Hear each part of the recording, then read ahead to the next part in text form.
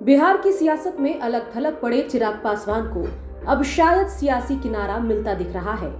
बता दें कि जैसे ही चिराग पासवान का 12 जनपद वाला बंगला खाली करवाया गया, उसके बाद माना जा रहा है कि चिराग पासवान का बीजेपी और एनडीए से बचा खुचा मुंह भी भंग हो चुका है।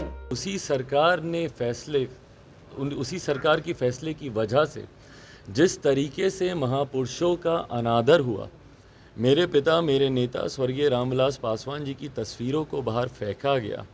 भाई हम तो दोपहर में ही घर से निकल गए थे। उसके बाद जिस तरीके से उनकी तस्वीरों को फेंका गया, पांव तले उनको रौंधा गया, मेरे माता पिता के बिस्तर के ऊपर जूते चप्पल पहनकर, भाई घर खाली कराएं, कोई दिक्कत नहीं है। मैंने बार बार इस बात को बोला है कि अगर आप नहीं करवाते तो 2 दिन में, मैं तो भाई एक रात पहले घर खाली कर ही रहा था ना, 29 तारीख रात को, तो मैं तो वैसे ही घर खाली कर देता। बट घर खाली कराने का एक तरीका होता है।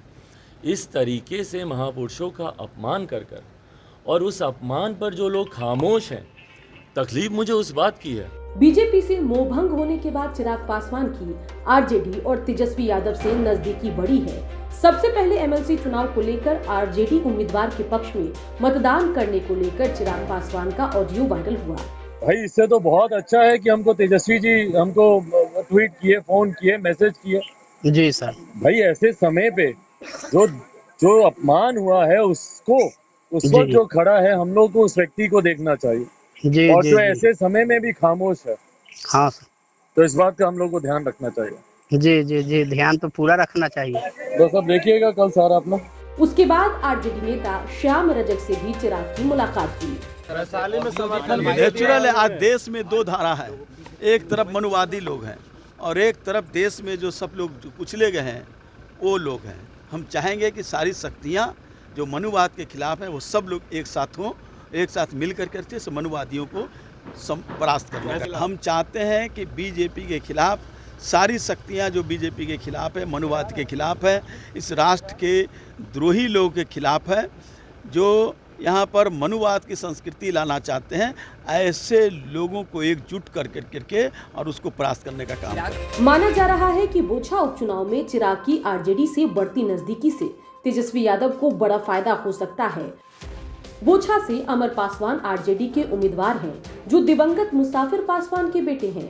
मुसाफिर पासवान के निधन के बाद बोछा सीट खाली हुई है और यहाँ पर उपचुनाव हो रहे हैं। ऐसे में अगर आरजेडी को चिराग का साथ मिलता है तो फिर पासवान वोट आरजेडी के पाले में जाने से रोकना एनडीए के लिए टेढ़ी खीर साबित होगी। पूरे मामले पर चिराग क्या कह रहे हैं, सुनिए। क्या संभव नहीं है कि कोई व्यक्ति व्यक्तिगत तौर पर मुलाकातें करे? क्या हर मुलाकात के राजनीतिक मायने निकालने ज़रूरी हैं?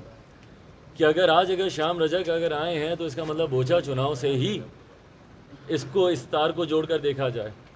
या अगर मैं तेजस्वी जी की अगर मैं बात कर रहा हूँ, उन्होंने अगर ट्वीट किया है तो इसका मतलब ये है कि भैया जहाँ पर मेरे प्रत्याशी खड़े नहीं हैं तो वहाँ पर उनकी पार्टी को मदद की जाए।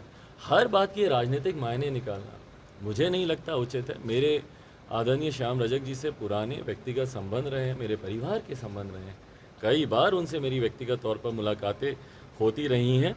भविष्य के गर्भ में क्या है, ये जब भविष्य सामने आएगा जरूर बताएंगे। बेशक चिराग इस मुलाकात को सियासी मानने से इनकार कर रहे हैं, लेकिन पिछले दिनों एक के बाद हुए घटनाक्रम से इतना तो साफ है कि तेजस्वी और आरजेडी से चिराग की नजदीकी बढ़ रही है। 2024 के लोकसभा चुनाव और 2025 के बिहार विधानसभा चुनाव तक चिराग अपने ऑप्शन फिलहाल खुला रखना चाहते हैं, इसलिए कुछ भी खुलकर बोलने को फिलहाल तैयार नहीं है। लेकिन देखना होगा कि आगे चलकर चिराग कौन सा सियासी रास्ता पकड़ते हैं। पटना से संवाददाता राजेश झा की रिपोर्ट।